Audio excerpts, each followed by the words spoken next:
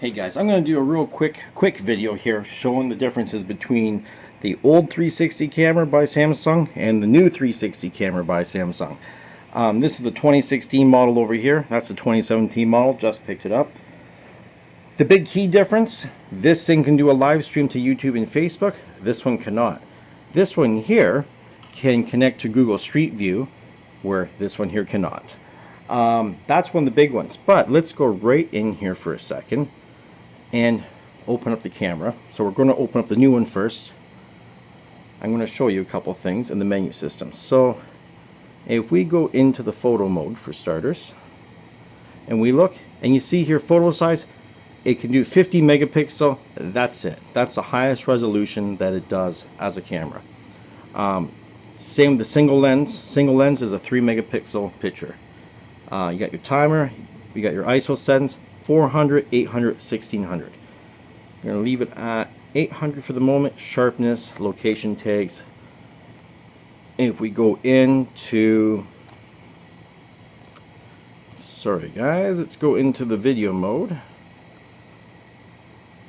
In video mode, if we open it up here, and you're going to see that we have 4096 by 2048, which is 4K at 24 frames per second. So that's like film format, more or less. You can go 2880 by 1440 at 30 frames. You can do 60 frames at like, I don't even know, I guess that must be considered like full HD, I'm assuming, a 1280 by 2560 in a 360 format. So we have a few options there. So I can change the video size in a single lens. It can do full HD at 60 frames, 30. So that's pretty good. Change your lens, which side we want to be looking at here, front, back. And then of course your sharpness, and you can turn on the wind noise reduction, which I haven't really tried yet to see how well that works. So we're going to get out of there.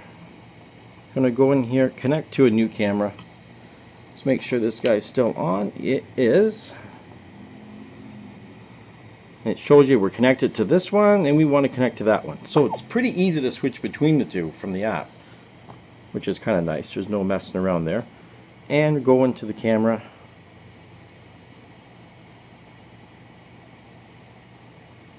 If I did know better, maybe it's taking a touch longer to load up.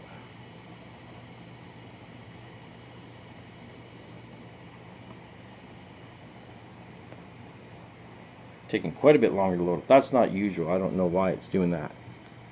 Let's just try that again.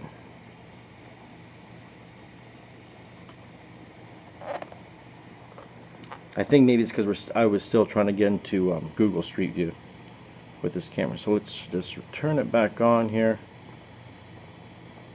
Reconnect.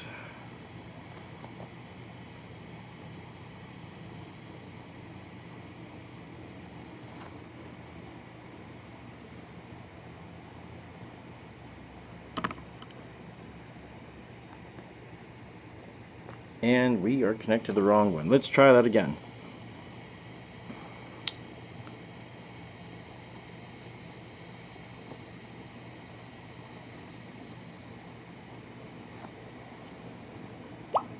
Always something when you're doing a live video. Okay, let's try this one more time now.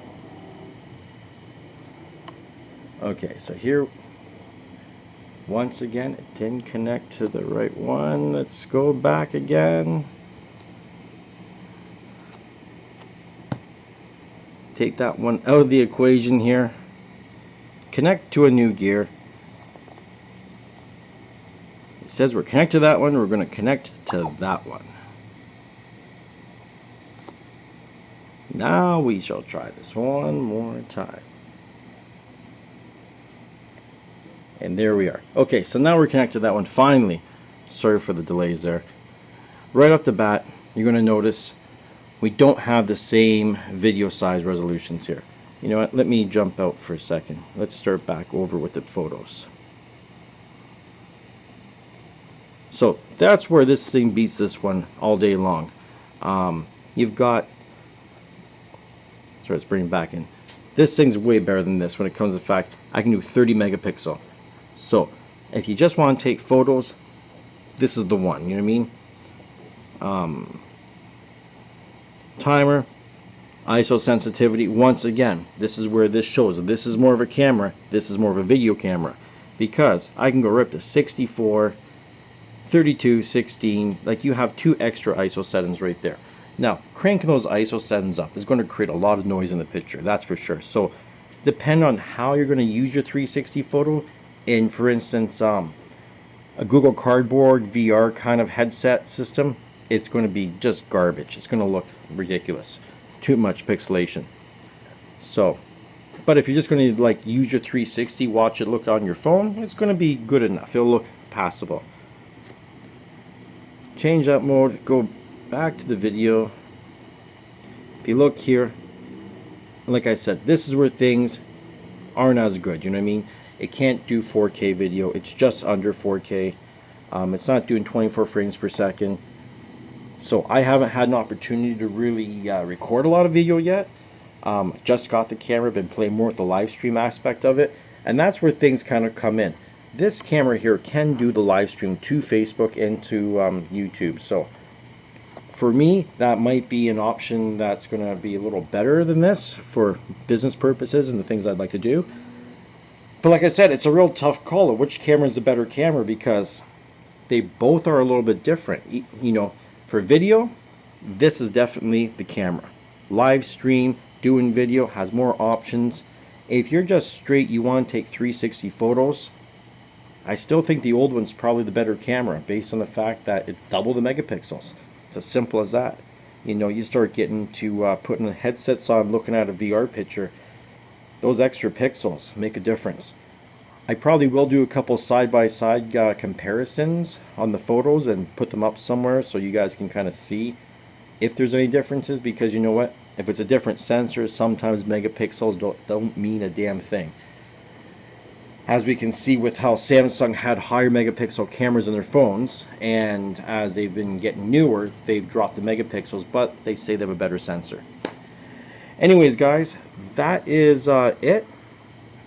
Not much more I can say about everything, except video camera, camera. Talk to you guys soon.